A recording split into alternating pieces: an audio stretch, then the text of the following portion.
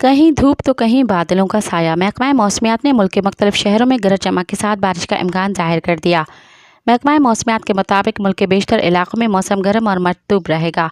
ताहम कश्मीर, बालाई पंजाब खित्ता, पोठोहार, बालाई खैबर पख्तूनख्वा, शुमाल मशरकी बलूचिस्तान और जनूब मशरकी सिंध में चंद मकामात पर आंधी चलने और गरज चमक के साथ बारिश का इम्कान है। इस्लामाबाद और गिरदोनवा में मौसम गर्म और मरतूब रहेगा, जबकि रात में मुतला जज़वी अब्र आलूद रहने के अलावा तेज़ हवाएं चलने और गरज चमक के साथ बारिश की मुतवक्का है। पंजाब के बेशतर अजला में मौसम गर्म और मरतूब रहेगा। ताहम मरी, गलियात, रावलपिंडी, जहलम, चकवाल, अटक, मियांवाली, खुशाब, सरगोदा, मंडी, बहाउद्दीन, गुजरात, गुजरांवाला, लाहौर, कसूर, ओकाड़ा, शेखुपुरा, हाफिजाबाद, नारोवाल, सियालकोट, फैसलाबाद, झंग, टोबा टेक, सिंह, साहिवाल और नूरपुर थल में भी तेज़ हवाएं चलने और गरज चमक के साथ चंद मकामात पर बारिश का इम्कान है।